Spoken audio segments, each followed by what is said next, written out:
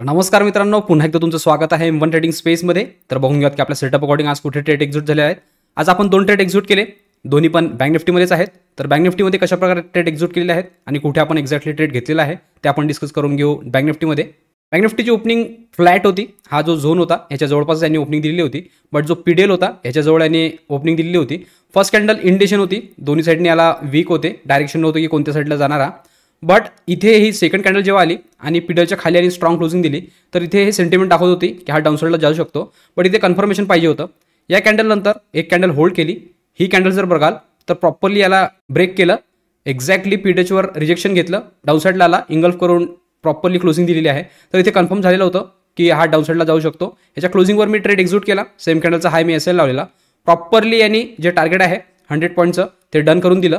इथे याच्यामध्ये आपल्याला ट्रेलिंगचा चान्स नाही मिळाला, म्हणून आपल्याला जे पोझिशन आहे ते सिक्युअर प्लेसवर आणायची होती.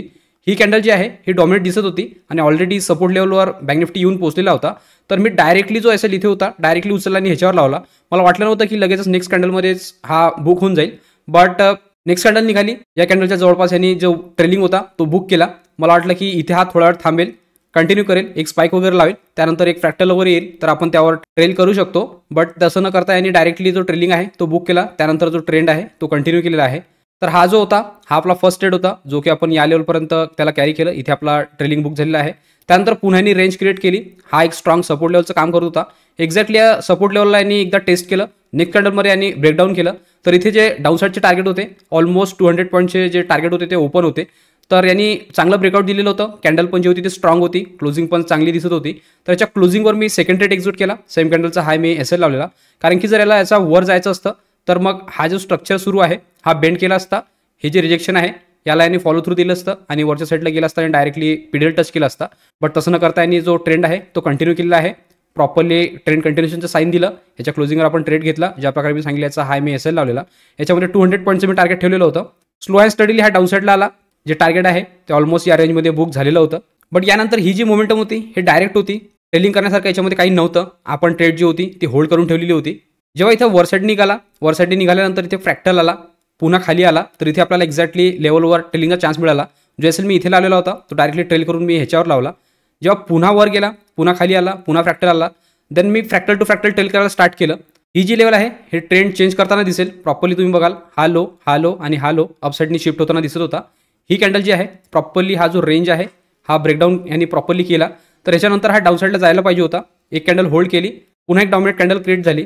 तर मी जो एसएल फायनल इथे आलेला होता तो मी ह्याच्यावर लावला. त्यानंतर जेव्हा ही कॅन्डल डॉमिनेट क्रिएट झाली तर मी ह्याच्यावर लावला, कारण की जर ह्याच्यावर निघाला असता तर मग ही जी रेंज आहे याच्यामध्ये पुन्हा बँक निफ्टी आला असता आणि मग या रेंजमध्ये ट्रॅव्हल केलं असतं. तर तेच एक्झॅक्टली केलेलं आहे. तसंच या ट्रेंडच्या आतमध्ये आला तर टोटली जो टाईम आहे तो या रेंजच्या आतमध्येच घालवलेला आहे. ऑलमोस्ट क्लोजिंग जी आहे ती पण या रेंजच्या जवळपासच आहे. तर दोन्ही सेटअप जे होते आजचे इझी होते, सेटअप अकॉर्डिंग होते. प्रॉपरली आपण सायकोलॉजी अकॉर्डिंग त्याला एक्झिक्यूट केलेलं होतं आणि त्यांनी प्रॉपरली जे टार्गेट आहे ते डन करून दिलेलं आहे. फर्स्ट डेट जो होता तो आपला इथे आपण एक्झिक्यूट केला. या लेवलपासून तर या लेवलपर्यंत आपण त्याला कॅरी केलं. इथे आपला ट्रेलिंग बुक झाला. इथे ॲग्रेसिव्हली मी टाईट ट्रेल केलेलं होतं. बट इथे जेव्हा हा ब्रेकडाऊन दिलं तर चांगले टार्गेट डाऊन साईडचे दिसत होते, त्या अकॉर्डिंग आपण याला मॅनेज केलं. जो सेकंड ट्रेड होता तो आपण इथे एक्झिक्यूट केला. या लेवलपासून तर या लेवलपर्यंत त्याला कॅरी केलं. त्यानं फ्रॅक्टल टू फ्रॅक्टल ट्रेल केलेला आहे.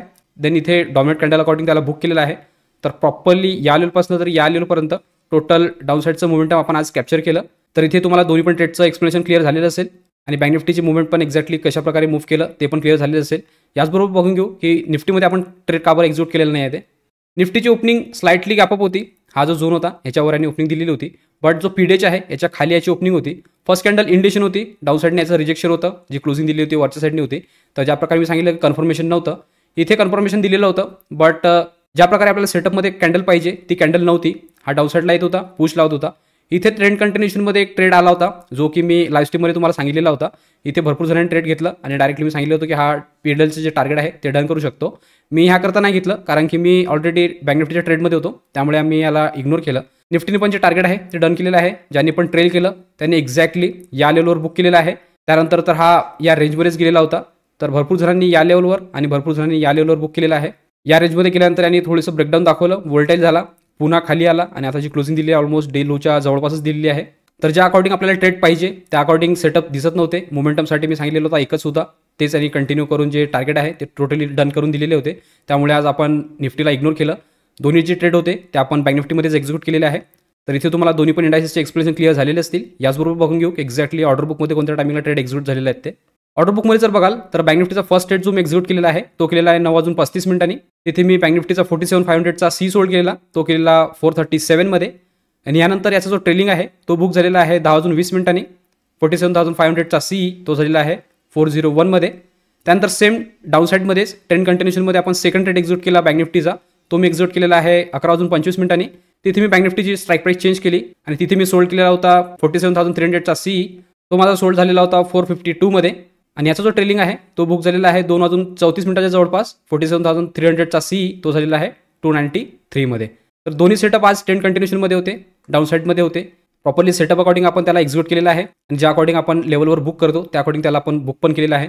भरपूर जणांनी मोमेंटममध्ये निफ्टीमध्ये पण ट्रेड घेतलेला होता आणि माझ्यासोबत बँक निफ्टीमध्ये पण घेतलेला होता, तर त्यांनी पण चांगलं टार्गेट आज बुक केलेलं आहे.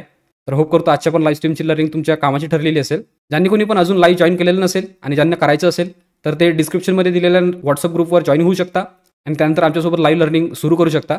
तर व्हॉट्सअप ग्रुपची जी लिंक आहे ते डिस्क्रिप्शनमध्ये मी दिलेली आहे, तर ते चेक करू शकता.